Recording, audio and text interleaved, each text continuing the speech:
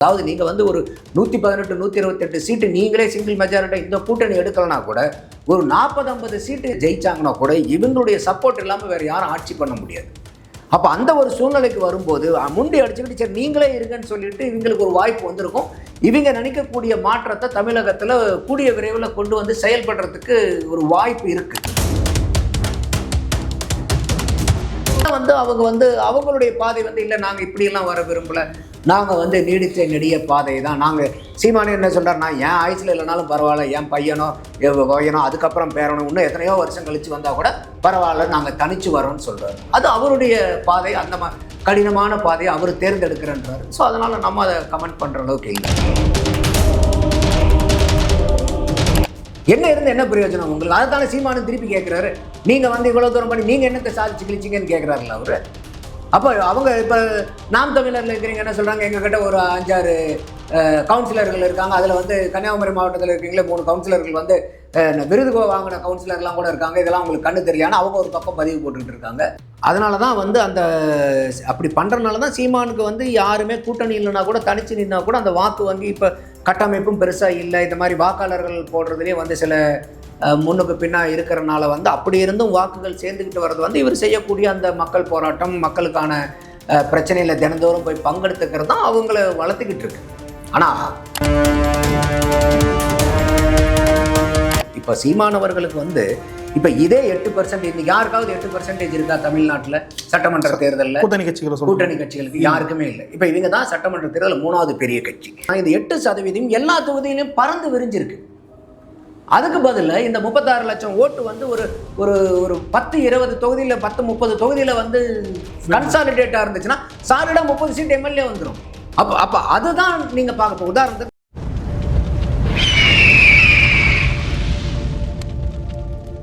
அரசியல் கழக நேயர்களுக்கு வணக்கம். இன்று நம்மோடு இணையும் சிறப்பு அரசியல் திறனாய்வாளர் திரு நந்தகுமார். வணக்கம் சார். வணக்கம் சார். அண்டேஷ் சார், கடந்த 50 ஆண்டு கால அரசியலில் திமுக விசஸ் அதிமுக அப்படின்ற ஒரு போட்டி தான் இருந்ததை பார்க்க முடியுது. ஆனால் இப்போ வரக்கூடிய சர்வே ரிசல்ட்ஸில் அதிமுகவை பின்னுக்கு தள்ளி நாம் தமிழர் அந்த இடத்தை எத்திவிட்டதாக சொல்லப்படுது. குறிப்பாக 2024 நாடாளுமன்ற தேர்தலில் கூட அதிமுக 3ஆம் இடம் தள்ளி நாம் தமிழர் 2ஆம் இடம் வந்ததெல்லாம் பார்க்க முடியுது. ஸோ இப்போ களம் அதிமுக திமுக நாம் தமிழர் அப்படின்னு சொல்லிட்டு மாறி இருக்கு. இந்த போட்டியை எப்படி சார் பார்க்குறீங்க? இல்லை, இந்த போட்டி கொஞ்சம் ஆரோக்கியமான போட்டின்னு தான் நான் பார்க்குறேன். ஏன்னா எப்பயுமே மக்களுக்கு ஒரு மல்டிபிள் ஆப்ஷன்ஸ் இருந்துச்சுன்னா நல்லது. அதில் இந்த 3 இல்லை. இப்போ இன்றைக்கி விஜயும் அவர் உள்ளார வந்திருக்காருன்னு தான் நான் பார்க்குறேன். அதையும் நம்ம டிஸ்கார்ட் பண்ண முடியாது. ஏன்னா என்னையை பொறுத்த வரைக்கும் எந்த ஒரு கட்சியுமே யாருமே அண்டர் எஸ்டிமேட் பண்ணுறது அந்த கட்சிகளுக்கு நல்லதல்ல.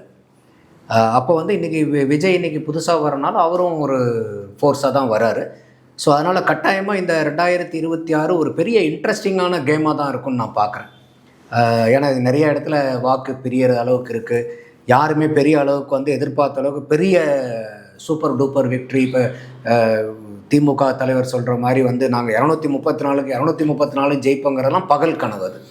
ஸோ அதுக்கெல்லாம் பெரிய அளவுக்கு வாய்ப்பு இல்லை. ஸோ இந்த 2026 நம்மளை மாதிரி அரசியல் நோக்கர்களுக்கு ரொம்ப இன்ட்ரெஸ்டிங்காக இருக்கக்கூடிய எலெக்ஷனாக இருக்குங்கிறத நானும் பார்த்துட்ருக்கேன். ஆனால் குறிப்பாக இந்த திராவிட கட்சிகள் இவ்வளோ நாள் மாறுத்தி கொடுப்பாங்க, எனக்கு போட்டி அவன் தான், அவனுக்கு போட்டி நான் தான் அப்படின்னு சொல்லிட்டு. இப்போ 3ஆவதாக ஒரு சக்திகள்லாம் உள்ளே இருக்குன்றப்போ அது அவங்களுக்கு ஒரு பெரிய அச்சத்தை ஏற்படுத்த வாய்ப்பு இருக்குன்னு சொல்லி நினைக்கிறீங்களா? இல்லை, கட்டாயமாக அது எப்பயுமே இருக்குது. ஆனால் பிரச்சனை என்னென்னா எல்லாருமே தனித்தனியாக நாங்கள் நிற்போம் அப்படிங்கிற இடத்துல தான் அவங்களுக்கு ஒரு அட்வான்டேஜ் வந்துடுது. ஏன்னா இன்றைக்கி திமுகவோ அதிமுக கூட தனியாக எலெக்ஷனில் நின்று இருக்கு. ஆனால் திமுக என்றைக்குமே அவங்க தனியாக எலெக்ஷனை ஃபேஸ் பண்ணதே இல்லை.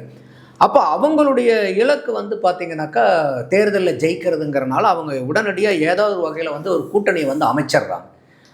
இப்போ அதை நாங்கள் இல்லை இவங்களுக்கு மாற்றுன்னு சொல்லி வரக்கூடிய யாருமே அந்த கூட்டணிக்கு தயாராக இல்லை. இப்போ உதாரணத்துக்கு சீமான் ஒரு பக்கம் தமிழ் தேசியம் பேசுகிறாரு, விஜய் ஒரு பக்கம் தமிழ் தேசியம் அண்ட் திராவிடம்னு பேசுகிறாரு. இவங்க 2 பேருமே இருக்கக்கூடிய ஆட்களுக்கு மாற்றுன்னு வராங்க. இவர் ஆட்சி மாற்றம்னு வராரு விஜய், இவர் அரசியலுக்கே நான் மொத்தமாக மாற்றுன்னு வராரு.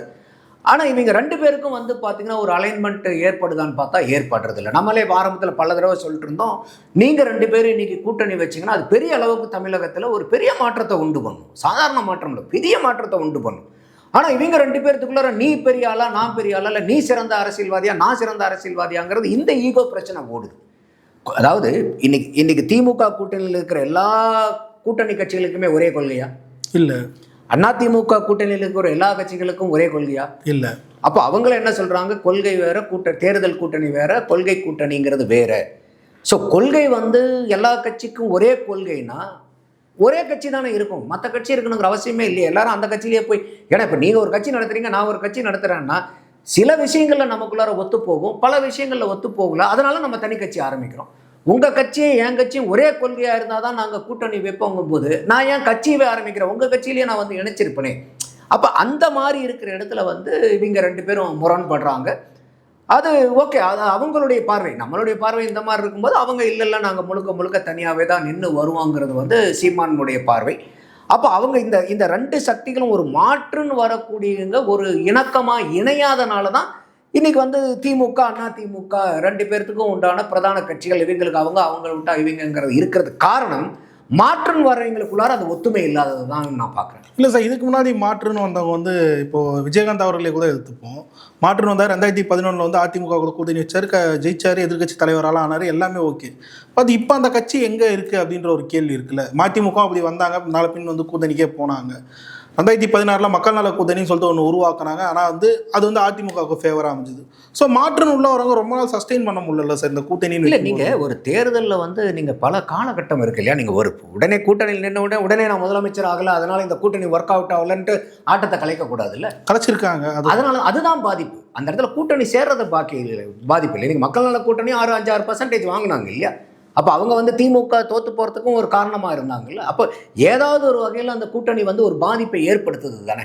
அப்படி இருக்கும்போது வந்து இவங்க 2 பேரும் இன்னைக்கு இப்போ நல்லா யோசிச்சு பாருங்கள், இன்றைக்கி சீமானும் விஜயும் ஒரு ஒன்று சேர்றாங்கன்னு வச்சுக்கோங்க. இப்போது நீங்கள் அவங்க திராவிடம்னு சொல்கிறாங்க, விட்டுருங்க. ஒரு காமன் மினிமம் ப்ரோக்ராம்னு ஒன்று இருக்குது இல்லையா. இப்போ அதிமுக கூட்டணியாகட்டும் திமுக கூட்டணியாகட்டும் அதை தான் அவங்க அடிப்படையை வச்சு பேசுகிறாங்க. இப்போ காமன் மினிமம் ப்ரோக்ராம் இருக்குது, நாங்கள் வந்து அவங்களுக்கும் ஏற்புடையது, உங்களுக்கும் ஏற்புடையது, எங்களுக்கும் ஏற்புடையது எதுவோ அதை மட்டும் நம்ம செயல் திட்டம் பண்ணுவோம் தானே அதிமுக பாரதிய ஜனதா இன்னைக்கு கூட்டணி வந்திருக்கு. அவர் எடப்பாடி என்ன சொல்கிறார், இல்லை எங்களுக்கு கூட்டணி கொள்கை 2மே வேறு தான், ஆனால் நாங்கள் காமன் மினிமம் ப்ரோக்ராமில் எது ஏற்புடையதோ அதில் நாங்கள் அலைன் ஆகுன்றாங்கல்ல. அப்போ அந்த மாதிரி இவங்க 2 பேரும் ஒன்று சேர்ந்தாங்கன்னா கட்டாயமாக ஒரு பெரிய அளவுக்கு இவங்களால சீட்டு எடுக்க முடியும். அதாவது நீங்கள் வந்து ஒரு 118 128 சீட்டு நீங்களே சிங்கிள் மெஜாரிட்டி இந்த கூட்டணி எடுக்கலனா கூட ஒரு 40-50 சீட்டு நீங்கள் 2 பேரும் சேர்ந்து ஜெயிச்சாங்கன்னா கூட இவங்களுடைய சப்போர்ட் இல்லாமல் வேறு யாரும் ஆட்சி பண்ண முடியாது. அப்போ அந்த ஒரு சூழ்நிலைக்கு வரும்போது முண்டி அடிச்சுக்கிட்டு சரி நீங்களே இருங்கன்னு சொல்லிட்டு இவங்களுக்கு ஒரு வாய்ப்பு வந்திருக்கும். இவங்க நினைக்கக்கூடிய மாற்றத்தை தமிழகத்தில் கூடிய விரைவில் கொண்டு வந்து செயல்படுறதுக்கு ஒரு வாய்ப்பு இருக்குது. ஸோ அதை வந்து அவங்க வந்து அவங்களுடைய பாதை வந்து இல்லை நாங்கள் இப்படியெல்லாம் வர விரும்பலை, நாங்கள் வந்து நீடித்த நெடிய பாதை தான். நாங்கள் சீமானே என்ன சொல்கிறார், நான் என் ஆயுசில் இல்லைனாலும் பரவாயில்ல, என் பையனோ அதுக்கப்புறம் பேரனோ இன்னும் எத்தனையோ வருஷம் கழித்து வந்தால் கூட பரவாயில்ல, நாங்கள் தனிச்சு வரோன்னு சொல்கிறார். அது அவருடைய பாதை, அந்த கடினமான பாதையை அவர் தேர்ந்தெடுக்கிறன்றாரு. ஸோ அதனால் நம்ம அதை கமெண்ட் பண்ணுற அளவுக்கு இல்லை. ஆனால் அது சக்ஸஸ்ஃபுல்லையும் கொடுத்துருக்குல்ல சார் அவங்களுக்கு. அதாவது ஓட் ரேஷியோ பார்த்தீங்கன்னா இல்லை, ஓட்டு வளர்றதுல வந்து எந்த மாற்று கருத்தும் இல்லை. நீங்கள் எப்போ ஆட்சியை பிடிக்க முடியும், கிட்டத்தட்ட ஒரு 118 சீட்டு நீங்கள் ஜெயிச்சிங்கன்னா தான் ஆட்சியை பிடிக்க முடியும். அப்போ இன்றைக்கி வந்து நீங்கள் 118 சீட்டை பிடிக்கணும்னாக்கா அது எல்லா இடத்துலையும் நீங்கள் ஜெயிக்கணும். இப்போ சீமானவர்களுக்கு வந்து இப்போ இதே 8%, இன்னைக்கு யாருக்காவது 8% இருக்கா தமிழ்நாட்டில் சட்டமன்ற தேர்தலில்? கூட்டணி கட்சிகளுக்கு யாருக்குமே இல்லை. இப்போ இவங்க தான் சட்டமன்ற தேர்தலில் 3வது பெரிய கட்சி. ஆனால் பிரச்சனை என்னன்னா இந்த 8% எல்லா தொகுதியிலையும் பறந்து விரிஞ்சிருக்கு. அதுக்கு பதிலாக இந்த 36 லட்சம் ஓட்டு வந்து ஒரு ஒரு 10-20 தொகுதியில் 10-30 தொகுதியில் வந்து கன்சாலிடேட்டாக இருந்துச்சுன்னா சாலிடாக 30 சீட் எம்எல்ஏ வந்துடும். புரியுதா இல்லையா உங்களுக்கு நான் சொல்றது? அப்போ அதுதான் நீங்கள் பார்க்க. உதாரணத்துக்கு ஒன்றும் இல்லை, பாட்டாளி மக்கள் கட்சி எடுத்துங்க. அவங்களுக்கு வந்து வட மாவட்டங்களில் அவங்களுடைய வாக்கு வங்கி ஜாஸ்தி. அப்போ என்ன பண்ணுறாங்க, அதிமுக கூட சேர்ந்து 27 தொகுதியில் நின்று 20 எம்எல்ஏ ஜெயிக்கிறாங்க. அடுத்தது வந்து திமுக கூட வந்து 31 சீட்டு நின்று 18 சீட்டு ஜெயிக்கிறாங்க. ஸோ அந்த மாதிரி இருக்கும்போது அது எப்படி பண்ணுறதுன்னா அவங்களுக்கு வந்து கன்சாலிடேட்டட் ஓட்டு, அந்த கன்சாலிடேட்டட் ஓட்டு இந்த இடத்துல இருக்கிறனால அவங்களுக்கு சீட்டு வந்து இவ்வளோ கொடுக்குறாங்க கூட்டணி சேர்ற கட்சி. இப்போ இதே வந்து பாட்டாளி மக்கள் கட்சி தனிச்சு நின்னாங்க, ஃபர்ஸ்ட் எலெக்ஷன்லேயே தனிச்சு நின்னாங்க, 5.9% வாங்கினாங்க, 5.8%, 3 தடவை பெரிய அளவுக்கு நின்று வாங்கினாங்க. எங்கேயுமே சீட்டு ஜெயிக்கல. அவங்க பர்சன்டேஜ் ஜாஸ்தி வாங்கினாங்க, ஆனால் சீட்டு ஜெயிக்கல. அப்போ இந்த பர்சன்டேஜ் ஆஃப் ஓட்டு வெர்சஸ் சீட் கன்வர்ஷன், இது 2க்கும் வித்தியாசம் இருக்குது. அப்போ நீங்கள் வந்து போகக்கூடிய ரூட்டில் போகும்போது ஒவ்வொரு உதாரணத்துக்கு நீங்கள் 4 முனை போட்டின்னு வச்சுக்கோங்களேன். இதில் வந்து குறைஞ்சபட்சம் ஒரு 30-35% நீங்கள் எல்லா தொகுதியிலையும் நீங்கள் 118 தொகுதியில் உங்களுக்கு அந்த மாதிரி வாக்கு சதவீதம் வந்தால் தான் நீங்கள் வந்து அந்த இலக்கை, நீங்கள் விரும்புகிற இலக்கை வந்து அடைய முடியும். அது வந்து ரொம்ப கடினமான பாதை. நான் முடியாதுன்னு சொல்லலை, முடியும். அது அந்த அன்னைக்கு வரைக்கும் நீங்கள் பொறுமையாக இருக்கணும். அப்போ அது வரைக்கும் இந்த தத்துவங்கள் வந்து நிலையானதாக இருக்கணும். ஏன்னா எந்த ஒரு தத்துவமே வந்து ஐடியாலஜி வந்து ஒரு 50 வருஷம் 60 வருஷத்துக்கு மேலே நீத்து போயிடும். அதுக்கப்புறம் புது கொள்கைகள் வந்துடும், புது கோட்பாடுகள் வந்துடும். பெரிய டைனமிக் வேர்ல்டு இது நம்ம இருக்கிறது. இன்னைக்கு இருக்கிறதே அப்படியே ஒன்றும் அடுத்த 100 வருஷத்துக்கு இதுதாண்டா கொள்கைங்கிற அளவுக்குலாம் எதுவுமே இல்லை. ஸோ அப்போ அதையெல்லாம் அவங்க கணக்கு போட்டு பார்க்கணுங்கிறது என்னுடைய பார்வை. ஆனால் சார், இப்போது இதற்கு முன்னாடி இந்த 2024 முன்னாடிலாம் வரக்கூடிய சர்வேக்கள் வந்து நாம் தமிழர் வந்து கன்சாலிடேட்டே பண்ண மாட்டாங்க, இல்லை குறைந்த மதிப்பெண் தான் அந்த மாதிரி தான் கொடுத்து பண்ணாங்க. பட் இப்போ வந்து சர்வேக்களில் நல்ல ஸ்கோர் பண்ணுறதெல்லாம் பார்க்கும்போது இந்த மாற்றம் எதனா நினைக்கிறீங்க? கட்டாயமாக அவங்க வாங்கக்கூடிய வாக்கு சதவீதம் தான் ஏறிக்கிட்டு தவிர்க்க முடியாமல். அதாவது அவங்க வந்து நம்ம சொல்கிறது என்னென்னா, நீங்கள் ஆட்சி அமைக்கிற அளவுக்கு நீங்கள் வளரணும்னா, துரிதமாக வளரணும்னா உங்களுக்கு இந்த மாதிரி நீங்கள் அதிமுக அவங்க சொல்லுவாங்க பாருங்கள், ஏபிசிடின்னு. நீங்கள் வந்து திமுக கூடயோ இல்லை வந்து பாரதிய ஜனதாவோடையோ காங்கிரஸ் கூடயோ டிஎம்கே கூடயோ நீங்கள் கூட்டணி போகணுங்கிற அவசியம் இல்லை. ஏன்னா நீங்கள் அதை எதிர்த்து தான் நீங்கள் அரசியல் பண்ணுறீங்க. ஆனால் மற்ற இருக்கக்கூடிய ஆட்களை எப்படி நீங்கள் அலைன் பண்ணுறீங்க, மாற்றுன்னு சொல்லக்கூடிய ஆட்களை எந்த அளவுக்கு நீங்கள் அலைன் பண்ணுறீங்க தான் நம்ம கேட்குறோம். அப்போது நீங்கள் இன்றைக்கி வாக்கு ஏறிக்கிட்டு வர்றதுங்கிறது எனக்கு மாற்று கருத்து இல்லை. நம்மளுடைய ஆதங்கம் என்னன்னா, சீக்கிரம் எவ்வளோ தூரம் இவங்க துரிதமாக வளர்ந்து இவங்க வந்து ஒரு பெருவாரியான அளவுக்கு ஜெயிச்சு ஒரு ஆட்சிக்கு வரமாட்டாங்களாங்கிற ஒரு எதிர்பார்ப்பு, அவ்வளோதான். அப்போ அந்த மாதிரி இருக்கும்போது நீங்கள் வாக்கு சதவீதம் ஏறிட்டு வர்றதுக்கும் சீட்டு கன்வெர்ட் ஆகிறதுக்கும் நிறையா வித்தியாசங்கள் இருக்குது. அதை தான் நம்ம பார்க்குறோம். அப்போ இந்த வாக்கு சதவீதம் ஏறிட்டே வருது, ஆமாம் ஏறிக்கிட்டே வருது, அதில் எந்த மாற்று கருத்தும் இல்லை. சீட்டு ஏன் கன்வெர்ட் ஆகலைன்னா அவங்களுடைய வாக்கு ஒட்டு மொத்தமாக 234 தொகுதியிலும் பறந்து விரிஞ்சு கிடக்கு. அப்போ அது வந்து உங்களுக்கு கன்சாலிடேட்டாக ஒரு இடத்துல ஒரு வாக்கு குமிஞ்சுதுன்னா அது வெற்றியை கொடுக்கும்.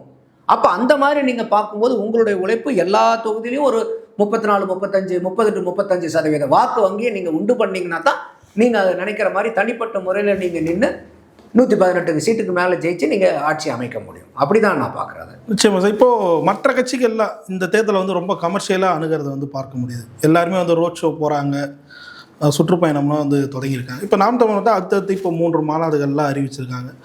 அந்த கமர்ஷியல் பாலிடிக்ஸ்க்கும் இவரோட இந்த பாலிடிக்ஸ்க்கும் வந்து டிஃப்ரென்ஸ் வந்து களத்தில் எதிரொலிக்கும்னு நினைக்கிறீங்களா? இல்லை, அதாவது வந்து இப்போ ஒவ்வொருத்தரும் ஒவ்வொரு வகையில் கேம்பெயின் பண்ணுவாங்க. இப்போ சீமான் வந்து தொடர்ந்து 365 நாள் களத்தில் இருக்கார், மக்கள் போராட்டத்தில் இருக்கார், மக்கள் பிரச்சனைகளை பற்றி பேசுகிறாரு. மற்ற அரசியல்வாதி மாதிரி அவர் இல்லை. நித்தம் அவர் வந்து போராட்டம், மாநாடு, மீட்டிங்கு அது இதுன்னு பேசிட்டே தான் இருக்கார். ப்ரெஸ் மீட் இல்லாத நாள் இல்லை, மக்கள் பிரச்சனைக்காக நிற்காத நாள் இல்லை. சில அரசியல்வாதிகள் வந்து பார்த்திங்கனாக்கா அவங்க வந்து கேம்பெயின் போகிறதுங்கிறது வந்து அவங்களுடைய ஸ்டைல் அது.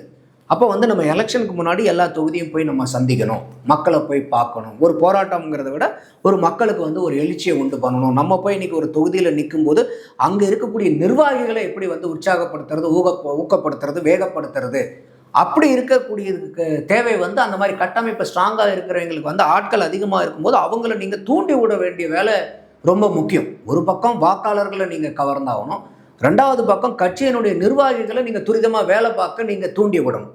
அப்போ ஒவ்வொரு கட்சியும் இதில் வந்து ஒவ்வொரு வகையான அணுகுமுறையை கொண்டு வரும். அப்போ இந்த அணுகுமுறை தான் கரெக்டாக, அந்த அணுகுமுறை கரெக்ட் இல்லையாங்கிறது இல்லை. அரசியல்வாதிங்கிறீங்க எனக்கு தெரிஞ்சு மக்களுடைய பிரச்சனைக்காக என்றைக்கு நிற்கணும். அதையும் மீறி நீங்கள் வாக்குக்காக, நீங்கள் வாக்கு எடுக்கிறங்கிறதுக்காக சில வேலைகளை செஞ்சு தான் ஆக வேண்டிய கட்டாயத்தில் இருக்குது.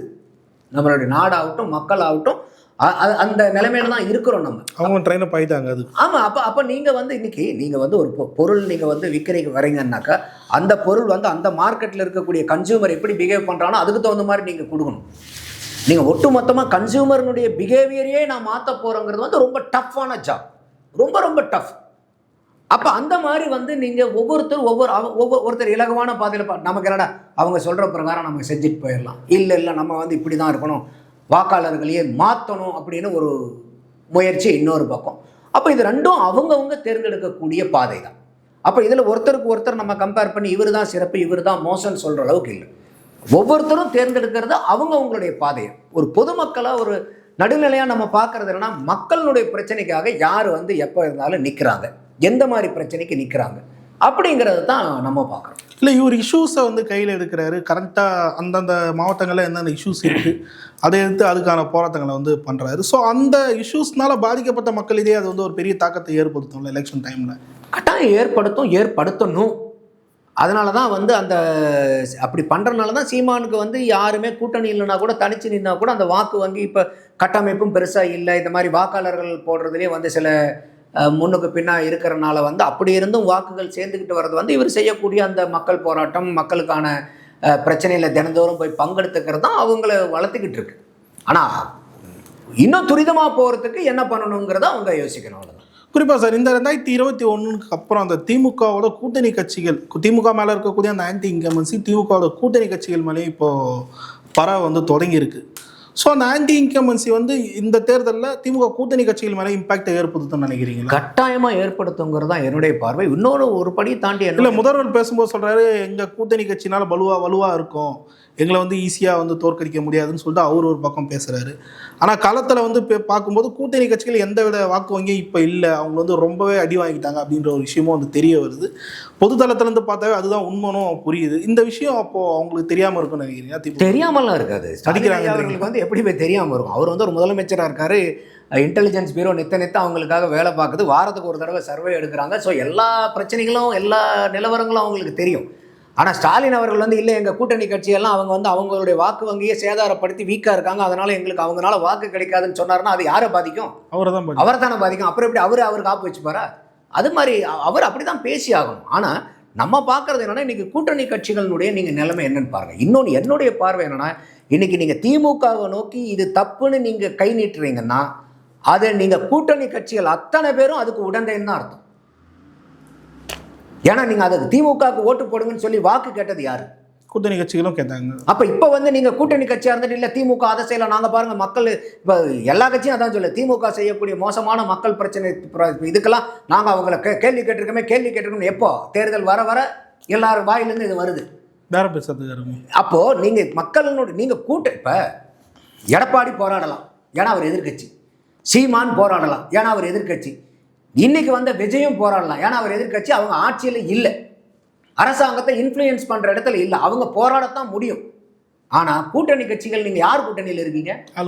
ஆளுங்கட்சி கூட்டணியில் இருக்கீங்க. அவரை திமுகவை நீங்கள் ஆளுங்கட்சி ஆக்குனது யாரு? கூட்டணி கட்சி நீங்க. அப்போ நீங்கள் வந்து நாங்களும் அவங்க செய்கிற தப்பை எடுத்து கேள்வி கேட்குறோம்னா, கேள்வி கேட்குற இடத்துல இருக்கிறதுக்கு நீ எதுக்கு அந்த கூட்டணியில் இருக்க? கேள்வி கேட்கறதுக்கு நம்மள மாதிரி லட்சக்கணக்கான ஆளுங்க இருக்கும்ல. கட்சிகள் எதிர்கட்சிகள் பூரா கேள்வி கேட்குது, எதிர்கட்சி கூட்டணி கட்சியெல்லாம் கேள்வி கேட்குது இல்லை. அப்போ கேள்வி கேட்கறதுக்கா நீங்கள் அந்த இடத்துல? நீங்கள் செயல்படுறதுக்கு, இந்த மாதிரி மக்கள் நல பிரச்சனைகள் வராமல் அரசாங்கத்தை தடுக்கிறதுக்கு தான் நீங்கள் கூட்டணி கட்சியாக இருக்கிறீங்க. அப்போ இன்னைக்கு நீங்கள் திமுக மேலே ஒரு குற்றம் சொல்கிறீங்கன்னா அதை விடுதலை சிறுத்தைகளுக்கும் அந்த குற்றத்து மேலே அவங்களையும் 100% குற்றவாளி ஆக்கணும். நீங்கள் என்ன குற்றம் சொல்கிறீங்களோ அதுக்கு காங்கிரஸையும் 100% பொறுப்பாளி ஆக்கணும், கம்யூனிஸ்டுகளையும் 100% பொறுப்பாளி ஆக்கணும், வேல்முருகன் அவர்களையும் 100% பொறுப்பாளி ஆக்கணும், கொங்கு நாடு ஈஸ்வரனையும் 100% பொறுப்பாளி ஆக்கணும். அந்த கூட்டணியில் எந்த கட்சி இருந்தாலும் திமுக செய்யறது வந்து தப்புன்னு நீங்கள் ஏதாவது ஒரு விஷயத்த சொன்னீங்கன்னா அதுக்கு அத்தனைக்கும் கூட்டணி கட்சிகளும் 100% பொறுப்பாளிகள். இல்லை, அந்த கட்சிகள் கூட்டணியில் ஆளுங்கட்சி கூட்டணியில் இருக்கிற கட்சிகள் நாங்கள் ஆளுங்கட்சியை பார்த்து கேள்வி கேட்குறோன்னு சொல்கிறதே மக்களை ஏமாத்துறதை தவிர வேறு எதுவும் கிடையாது. இல்லை, எனக்கு ஒரே ஒரு சந்தேகம் தான். இவ்வளோ ஆன்டி இன்கம்பன்சி வந்து திமுக மேலே இருக்குது, திமுக கூட்டணி கட்சிகள் மேலே இருக்குது. ஆனால் திமுக கூட்டணி கட்சிகள் வந்து இதை பெருசாக எடுத்துக்கலையான்ற ஒரு கேள்வி இருக்குது. ஏன்னா கூட்டணி விட்டு விலகிற மாதிரி தெரியல. திமுக வந்து இந்த 2026 வந்து வெற்றி பெறுமான்ற ஒரு டவுட் அவங்களுக்குள்ளே இருக்கும்போது கூட இன்னும் அந்த கூட்டணியிலே இருக்காங்களே, அது ஏன்னு நினைக்கிறீங்க? இன்னும் 8-10 மாதம் பவர் இருக்குல்ல, அது வரைக்கும் பின்ன பவர் அட்ராக்ட்ஸ் எவ்ரிபடி. ஆனால் எதிர்பக்கம் போக முடியாது. இதே வந்து எதிர்கூட்டணியாக இருந்தாங்கன்னா, இப்போ திமுக கூட்டணி இதே எதிராக இருந்தால் இந்நேரம் எல்லாம் டிஸ்மேண்டில் பிச்சுக்கிட்டு போயிடும். அந்த பவர்னு இருக்கிறது வந்து பவர் அட்ராக்ட்ஸ் எவ்ரிவன். இன்னொரு விஷயம், எதிர்பக்கம் போக முடியாது சார். அங்கே பாஜக இருக்கு, இப்போ இங்க இருந்து அங்கே போக முடியாதுன்ற ஒரு கேள்வி இருக்குல்ல. கம்யூனிஸ்டுகள் போன்ற கட்சிகள் திரும்ப உங்களுக்கு சீமான் இருக்காருல போங்க, விஜய் இருக்காருல போங்க, வாய்ப்பா இல்லை நீங்களே வெளியே வந்து வேற ஒன்று பண்ணுங்க. அப்போ இவங்க சொல்றது பூராமே இவங்களை விட்டா பாஜக வந்துடும், இவங்களை விட்டா பாஜக வந்துடும். இன்னைக்கு நான் கேட்குறேன், இன்னைக்கு இந்தியாவை ஆள்றது யாரு? பாஜக. அப்புறம் பாஜக என்ன இன்னைக்கு பிரிட்டன்ல இருக்கா? பாஜக என்ன அமெரிக்காவில் இருக்கா? இல்லை, ஜப்பான்ல இருக்கா? இந்தியாவே இப்போ பாரதிய ஜனதாங்க தானுங்க ஆளுது. பாரதிய ஜனதா வந்துட்டா என்ன பண்ணுறது, பாரதிய ஜனதா வந்துட்டா என்ன பண்ணுறதுன்னு நீங்கள் பூச்சாண்டி காமிச்சிட்டு இருக்கிறீங்க. அது இல்லாமல் இன்றைக்கி 210 சப்ஜெக்ட் இருக்குது. ஸ்டேட் சப்ஜெக்ட் வந்து 66, மீதி இருக்கிறது பூரா சென்ட்ரல் சப்ஜெக்டும் கன்கரண்ட் சப்ஜெக்டும். அப்போ நீங்கள் வந்து மீதி இருக்கக்கூடிய 144 சப்ஜெக்டில் ஸ்டேட் நேரடியாகவோ மறைமுகமாகவோ ஸ்டேட்டினுடைய ஆதிக்கம் தான் அதிகம். மீதி இருக்கக்கூடிய 166 வெறும் 66 சப்ஜெக்ட் தான் ஸ்டேட் சப்ஜெக்ட். அப்போ எந்த இடத்துல வந்து உங்களுக்கு மாநில அரசாங்கத்தினுடைய தலையீடு வந்து எந்த மாநிலத்தில் இல்லாமல் இருந்துரும்? அப்போ நீங்க வந்து இல்ல பாரதிய ஜனதா வந்துரும், பாரதிய ஜனதா வந்துருங்கிறதே மக்களை ஏமாத்துற வேலை இது. 2021 24 உங்களுக்கு எது கை கொடுத்தோ அது 26 வந்து எதிரொலிக்காது, கொடுக்காது. நீங்க அதாவது வந்து எப்பயுமே ஒரு யுக்தியோ ஒரு ஸ்ட்ராட்டஜியோ ஒரு எதிர்ப்போ ஒரு சில காலகட்டத்துக்கு உங்களுக்கு பலன் கொடுக்கலாம். நீங்க அதையே சொல்லிக்கிட்டு இப்போ இன்னைக்கு நீங்க வந்து 2019 ஆகட்டும், 21 ஆகட்டும், 24 ஆகட்டும், எல்லாத்துலேயுமே வந்து நீங்கள் பாரதிய ஜனதா எதிர்ப்பை வச்சு தான் நீங்கள் ஓட்டு அறுவடை பண்ணீங்க. இன்னைக்கு அது நீத்து போச்சு. அப்போ அந்த பாரதிய ஜனதா எதிர்ப்புங்கிறதே பிரதானமான இதாக இருந்துச்சுன்னா ஏன் இன்னைக்கு வந்து என்டிஏ கூட்டணி 2024 மக்களவைத் தேர்தலில் தனியாக நின்னாங்கன்னா, கூட்டணியில் நின்னாங்களா, அதிமுக நின்னாங்களா, தனியாக நின்னாங்களா? தனியாக ஒரு கூட்டணி அமைச்சு 18% வாங்கினாங்க சரண்ராஜ், 18%. அப்போ இன்னைக்கு அந்த கூட்டணி அந்த மோடிக்கான ஓட்டு தானே அது எல்லாமே. அப்போ அது வளர்ந்துருக்கா இல்லையா? அப்போ இன்னைக்கு என்னுடைய பார்வை என்னன்னா, இன்னைக்கு தமிழ்நாட்டில் பாரதிய ஜனதா நோட்டாக்கு மேலே வாங்கி காமிக்கிட்டு நக்கல் நையாண்டி பண்ணிட்டு இருந்த இடத்துல இன்னைக்கு பாரதிய ஜனதா தனிப்பட்ட கட்சியாக 2024 தேர்தலை வச்சு பார்க்கும்போது 11.33% வாங்கி 3வது பெரிய கட்சியாக இருக்கு. அப்போ இந்த அளவுக்கு பாரதிய ஜனதா தமிழ்நாட்டில் வளர்ந்ததுக்கு பாரதிய ஜனதா கட்சியை சார்ந்தவங்க 50%னா மீதி 50% திமுகவும் அதனுடைய கூட்டணி கட்சிகளும் தான் காரணம். இவங்களுக்கு அவங்களே தேவையில்லைன்னு போட்டாங்க. அப்போ வந்து நீங்கள் பூச்சாண்டி காமிச்சு நீங்கள் இல்லாத ஒரு ஆள் காமிச்சு அவங்க வந்து என்ன பண்ணுறது, அவங்க வந்துட்டான்ற ஒரு காலகட்டத்துக்கு மேலே என்ன ஆயிரும், அடா அவங்க வந்தால் தான் என்னையா அப்படிங்கிற மாதிரி ஆகிடும்.